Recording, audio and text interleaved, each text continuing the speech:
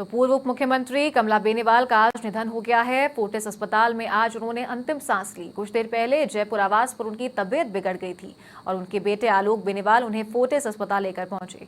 Fortis अस्पताल में इलाज के दौरान उन्होंने अंतिम सांस ली। त्रिपुरा, मिजोरम और गुजरात की राज्यपाल कमला बेनीवाल रह चुकी हैं और इसी के साथ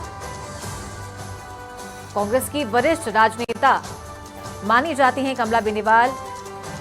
27 वर्ष की उम्र में इन्होंने पहला विधानसभा चुनाव लड़ा था और जीतकर पहली महिला मंत्री ये राजस्थान में बनी थी। तो गहलोत सरकार में भी कई महत्वपूर्ण मंत्री पद कमला बेनीवाल संभाल चुकी हैं और आज इस खबर के बाद से राजनीतिक गलियारों में शोक की लहर है।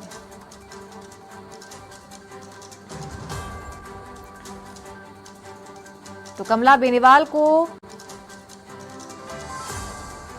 27 नवंबर 2009 को गुजरात की राज्यपाल नियुक्त किया गया था। तो इससे पहले केंद्र सरकार ने उन्हें त्रिपुरा का राज्यपाल नियुक्त किया।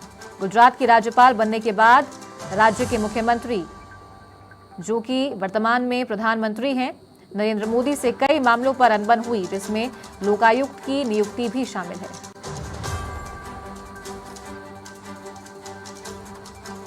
तो अपनी पढ़ाई खत्म करने के बाद कमला बेनीवाल ने कांग्रेस पार्टी ज्वाइन कर ली। 1954 में 27 वर्षीय कमला बेनीवाल विधानसभा चुनाव जीतकर राजस्थान सरकार में पहली महिला मंत्री बनी। वह अशोक गहलोत की सरकार में गृह, शिक्षा और कृषि मंत्रालय सहित कई विभागों की मंत्री रह चुकी हैं। वे राज्य की उप मुख्यमंत्री भी रह चुकी हैं और इसी दौरान राजस्थान के विपक्षी नेताओं और सामाजिक कार्यकर्ताओं ने उनके रहते हुए कांग्रेस पार्टी का दामन थामा था। तो आज कांग्रेस पार्टी को एक बड़ा झटका लगा है। फोर्टिस अस्पताल में कमला बेनीवाल ने आखिरी सांस ली है और इसी के साथ कांग्रेस के वरिष्ठ नेता प्रताप सिंह खाचरियावास हमारे साथ फोन लाइन पर जुड़ गए हैं। प्रताप सिंह जी, बहुत स्वागत है आपका। एक अपूर्णीय क्षति है। कमला बेनीवाल कांग्रेस की वरिष्ठ नेता रह चुकी हैं और आज उनका निधन हो गया है। कमला जी हमारे बीच में नहीं रही और 95 साल की उम्र उन्होंने ली और उनका व्यक्तित्व, उनका काम, उनके सिद्धांत हमेशा याद किए जाएंगे। कमला जी कांग्रेस की बहुत सीनियर लीडर थी, देश के आजादी के आंदोलन से जुड़ी हुई रही और आज वो हमारे बीच में नहीं रही। राजस्थान की उप मुख्यमंत्री रही, बड़े बड़े पदों पर रही। उन्होंने जो किसानों के लिए, महिलाओं के लिए, दलितों के लिए जो काम किया वो हमेशा याद किया जाएगा। वो अपने सिद्धांतों से कभी समझौता नहीं करती और आज वो हमारे बीच में नहीं है। कांग्रेस के लिए भी बहुत बड़ी क्षति है, प्रदेश के लिए बहुत बड़ी। जी, तो किस तरीके से अब जो कमी है उनकी महसूस होने वाली है, क्योंकि बड़ी राजनेता वो रही हैं, कांग्रेस के कई राजस्थान में कई महत्वपूर्ण पदों पर रह चुकी हैं, कई विभागों की मंत्री रही हैं। नो डाउट आज वो हमारे बीच में नहीं। आप जानते हैं विधि का विधान है, एक पूरी होती है, लेकिन उनका किया हुआ काम, उनकी यादें, उनके दिखाया हुआ रास्ता हमेशा राजस्थान को और कांग्रेस को और सब लोगों को प्रेरणा देता रहे। प्रताप जी, कोई ऐसा मोमेंट आपका या कोई ऐसी घटना जो उनसे जुड़ी हुई आप शेयर करना चाहें हमारे साथ?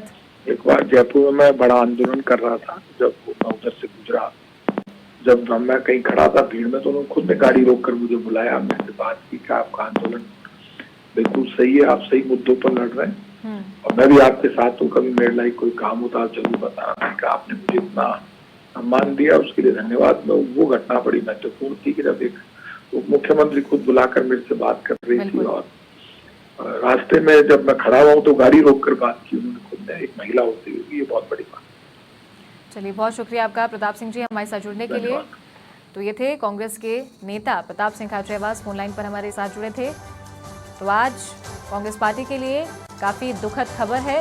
एक वरिष्ठ नेता जो कि आजादी के समय से कांग्रेस के साथ में जुड़ी हुई थी, आज उन्होंने फोर्टिस अस्पताल में अंतिम सांस ली है। कई राज्यों की वो राज्यपाल रह चुकी हैं और इसी के साथ राजस्थान में भी, राजस्थान से ही उन्होंने अपनी राजनीति की शुरुआत की और राजस्थान में 27 साल की उम्र में पहला विधानसभा का चुनाव उन्होंने लड़ा। कई महत्वपूर्ण पदों पर वो रही हैं, कई विभागों की मंत्री रही हैं, साथ ही हर वर्ग के लिए भी उन्होंने काफी काम किया है। तो आज अचानक उनके आवास पर उनकी तबीयत बिगड़ गई और उन्होंने फोर्टिस अस्पताल में अंतिम सांस ली। उनके बेटे आलोक बेनीवाल ने उन्हें अस्पताल में भर्ती करवाया।